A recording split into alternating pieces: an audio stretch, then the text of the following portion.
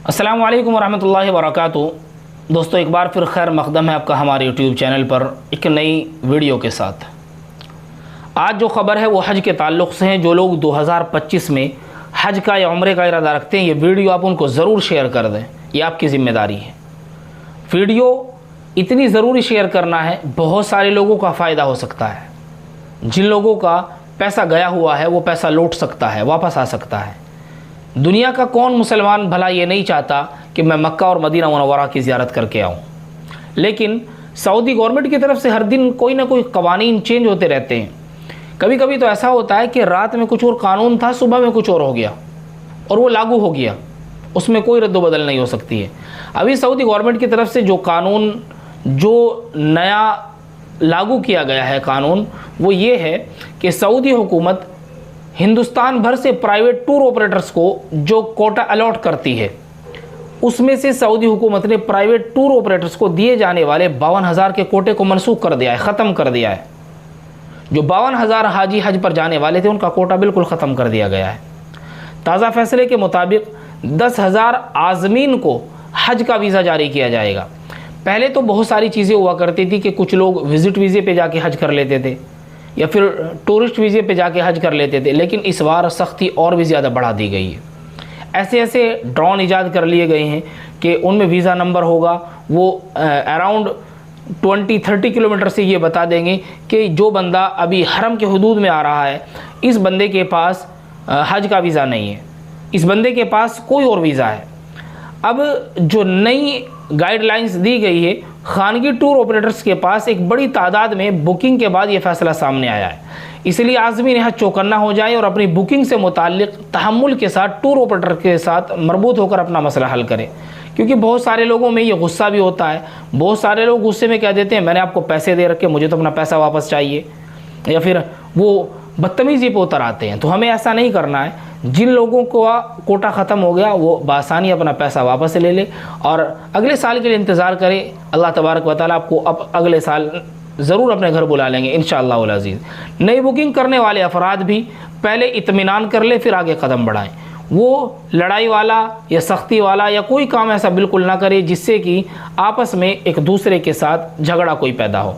अब Saudi government ने जो नई गाइडलाइन जारी की है उसमें एक चीज़ ये भी है कि हज पर 2025 में जाने वाले जो नए कवानीन है उसमें एक कानून ये भी है कि आप 12 साल से छोटे बच्चे को नहीं लेके जा सकते।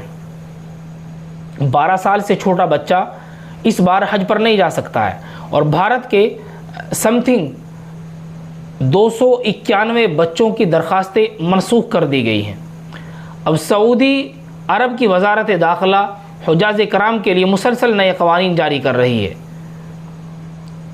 और दूसरी सबसे बड़ी चीज़ ये है कि इस असना में सऊदी अरब की हुकूमत ने एक बार फिर नए कवानीन जारी कर दिए हैं। हर साल ये होता था कि इधर से हाजी जाने शुरू होते थे, उधर से उम्रे वाले वापस आना शुरू हो जाते थे, लेकिन इस बार कवानीन पहले ही चेंज कर दिए गए हैं। 12 साल की उम्र तक का तो कोई बच्चा हज के लिए नहीं जा सकता इस बार। उसके अलावा सऊदी हुकूमत ने हज से कबल ही उम्रा करने वालों को भी वहाँ से निकलने की हिदायत जारी कर दी है। 29 अप्रैल तक सभी उम्रा करने वाले हाजियों को वापस आना होगा।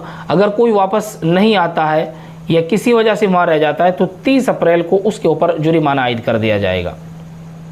जो 52,000 लोगों का कोटा था और 52,000 लोग जो ख्वाब देख रहे थे हज पर जाने का प्राइवेट कोटे से, उनका ख्वाब कैसे टूट गया। मिना में 80% स्लॉट मनसूख होने से पहले सियासी हलचल तेज़ हो चुकी है। सैयद नासिर उमर अब्दुल्ला और महबूबा मुफ्ती का हुकूमत से फौरी मुदाखलत का मुतालबा दिया गया है। अगर इस तरह की ख़बरें हर दिन जो आती रहती हैं और हज कमेटी ऑफ इंडिया जो टूर ऑपरेटर्स को, प्राइवेट टूर ऑपरेटर्स को कुछ हज के कोटे प्रोवाइड कराती है, वो अगर प्राइवेट टूर से जाने वाले हाजियों तक उनका हज का वीज़ा नहीं पहुंचता है तो वो इस साल हज नहीं कर पाएंगे। और सबसे बड़ी चीज़ ये है कि इस साल अगर इस तरह का कोई सर्कल जारी हुआ है तो इसमें कहीं ना कहीं या तो हुकूमत की गलती रही है या फिर उन टूर ऑपरेटर्स की गलती रही है जिसको सऊदी गवर्नमेंट ने ये गाइडलाइन जारी की थी कि आप जो है पैसा जमा करा दे, या कोई भी मसला हो सकता है, ये ज़रूरी नहीं है।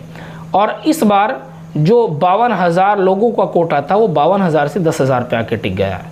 यानी कि 100% का 10% ही लोग जा पाएंगे, 20% लोग जा पाएंगे, इससे ज़्यादा के लोग इस साल नहीं जा पाएंगे। और सबसे बड़ी चीज़ ये है कि हिंदुस्तान के जो हाजी जाने वाले थे वो नहीं जा रहे हैं। तो मेरी उनसे यही राय है, मशवरा है कि वो बिल्कुल भी अपने टूर ट्रैवल्स एजेंट के साथ लड़ाई ना करें, बिल्कुल रहमदिली से काम ले। अल्लाह तबारक व ताला जब आपको चाहेंगे तब इंशाअल्लाह आपको अपने घर बुला लेंगे। ये किसी निजी इंसान के हाथ में नहीं है, ये आपको जो दी जाने वाली गाइडलाइन है ये दोनों मुल्कों की हुकूमत की जानिब से है। तो इसलिए आपको इन पर अमल करना होगा। हमने सब कुछ वक्त पर किया, रकम भी जमा की, हमारे कागजात भी तैयार थे, उसके बावजूद भी अगर हम हज पर नहीं जा रहे हैं तो इसमें एक आम इंसान की कोई गलती नहीं है। बस मेरी आपसे यही दरख्वास्त है कि आप आपस में एक दूसरे को बुरा भला मत कहना, आपस में लड़ाई मत करना। यह हुकूमत की तरफ से गाइडलाइन है। और जिस शख्स ने इस वीडियो को अपने दोस्तों को के साथ शेयर किया है उनका बहुत बहुत शुक्रिया, बहुत एहसान है, क्योंकि जाने वाले लोगों को ये पूरी की पूरी वीडियो अगर मिल जाएगी तो उनको पता चल जाएगा कि किस वजह से हम लोग नहीं जा पा रहे हैं। जुड़े रहिएगा आप हमारे साथ और कमेंट करके ज़रूर बताइएगा कि किन के घर से कौन बंदा जाने वाला था हज पर, मगर वो इस कानून की वजह से इस साल नहीं जा पा रहा है। शुक्रिया, जज़ाकल्लाह, जय हिंद, जय भारत।